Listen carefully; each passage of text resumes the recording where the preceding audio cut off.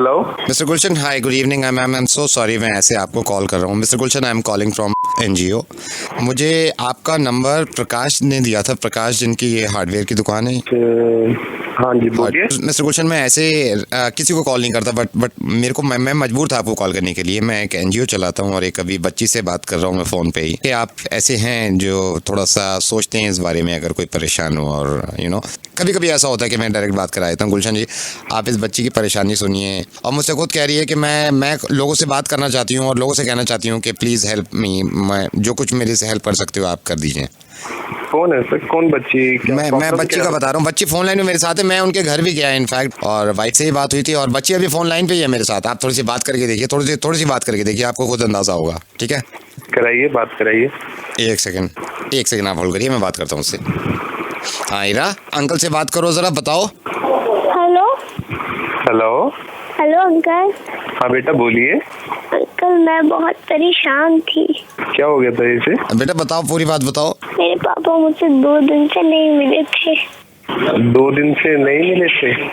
क्या हुआ भाई साहब, कहाँ है इनके पापा? ईरा बेटा बताओ, क्या हुआ, क्या है बताओ। 2 दिन मेरे साथ कोई नहीं। Uncle please help me. कोई भी हेल्प है जो मेरी तरफ से हो सके, कुछ पैसे की हेल्प कोई भी है तो आप आ जाइए बच्ची को लेकर। नहीं, पैसे के लिए तो बोल ही नहीं रही है सर। जो भी आपको जरूरत है किसी भी चीज की, कपड़ों की, पैसों की। नहीं, कपड़ों के लिए तो उसने बोला ही नहीं है। मतलब पापा के लिए बड़ी परेशान थी वो, फादर को क्या हो लेकर। गया इसके पापा को? आपने मारा था ना, आपने मारा था उसको। गुलशन, कमाल है यार, ये तो कमाल हो गया। एक इंसान के कितने चेहरे हो सकते हैं, कितने चेंजेस आ सकते हैं उसमें।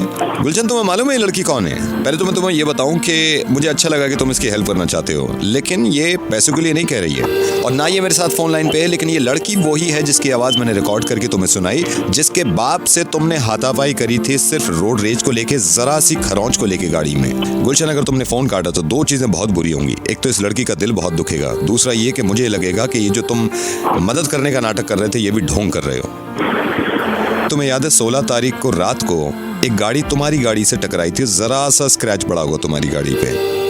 तुम बाहर निकले थे और इस इंसान को मारा था, हाथापाई करी थी, और वो गिर भी गए थे। उस चक्कर में उनके फ्रैक्चर भी हुआ था, उस चक्कर में वो हॉस्पिटल गए थे, और उस चक्कर में ये जो लड़की की आवाज़ सुन रहे थे, ये 2 दिन तक यही इंतजार करती रही कि मेरे पापा कब आएंगे। ये तो खुदा का शुक्र है कि ज़्यादा चोट नहीं लगी थी उनको। इस लड़की की ज़रा सी परेशानी सुनी तुमने घर पे बैठ के, तो तुम्हारा दिल भी करा कि इसकी मदद करूँ। लेकिन जब रोड पे इसका चेहरा दिखा और इसके बाप के साथ तुम हाथापाई कर रहे थे, जब मासूम नहीं दिखी तुम्हें।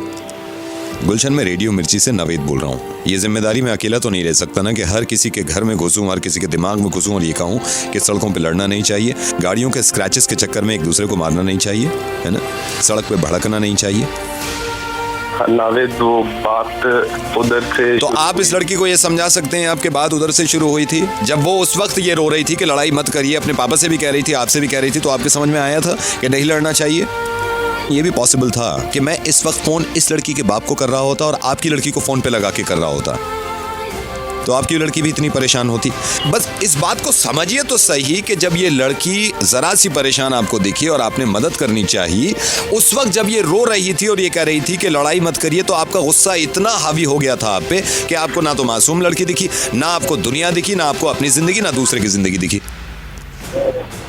मैं अब भी आपसे कह रहा हूं कि आपकी या किसी की भी नज़र में अगर इंसान से बढ़कर गाड़ी की कीमत है तो 1 नंबर के फूफिए हैं आप। आई एम सॉरी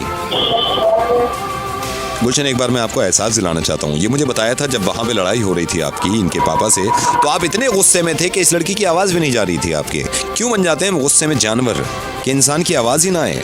ये ज़रा सुनिएगा मासूम की आवाज़। हेलो अंकल, मेरे पापा मुझसे 2 दिन से नहीं मिले थे। 2 दिन मेरे साथ कोई नहीं। Uncle please help me. अब मेरी बात सुनिए, इससे ज़्यादा रो रही थी वो उस वक्त जिस वक्त आप हाथापाई कर रहे थे। गुलशन, गाड़ियों की वजह से एक दूसरे को मारना, इससे ज़्यादा बेवकूफ़ी, इससे ज़्यादा जहालत हो नहीं सकती। रोड रेज में अगर कोई मरता है तो सबसे ज़्यादा अफसोस होता है कि कोई बड़ी बात तो होती, शर्मिंदगी होती है कि गाड़ियों के स्क्रैचेस के चक्कर में मर गए लोग। नावेद मैं। ये जो लड़की मदद के लिए कह रही है ना, अपनी मदद के लिए नहीं, ये आपसे इल्तिजा कर रही है दूसरों की मदद के लिए कि कभी जिंदगी में आपका किसी से छोटा मोटा एक्सीडेंट हो तो दोनों मिलके सबसे पहले तो आप सॉरी कहिएगा, फिर दूसरे वाले से उम्मीद रखिएगा कि वो भी सॉरी कहे, ताकि दोनों एक दूसरे के दुश्मन ना बने। हमारी जिंदगी में बहुत सारे एक्सीडेंट्स होने हैं गाड़ी को लेकर, अगर हर एक्सीडेंट पे हम एक दूसरे को मारने लगेंगे तो दुनिया खत्म। आई एम सॉरी नावेद, और प्लीज इस बच्ची से भी मेरी तरफ से सॉरी बोल दीजिए। मैं जरूर सॉरी कहूंगा। इनके पापा बिल्कुल ठीक है, अब चल फिर रहे हैं, सिर्फ 2 दिन की बात थी, 2 दिन के लिए वो हॉस्पिटल थे, जरा सी पैर में चोट लगी थी, लेकिन आप उनके पास जाएंगे, उनसे सॉरी कहेंगे और आइंदा के लिए ख्याल रखेंगे कि पूरी जिंदगी अगर किसी से एक्सीडेंट होता है तो सबसे पहले माफी मांगने की शुरुआत आप करेंगे, चाहे दूसरे की ही गलती क्यों ना हो। I promise. Thank you so much Gulshan, ख्याल रखिए, बाय।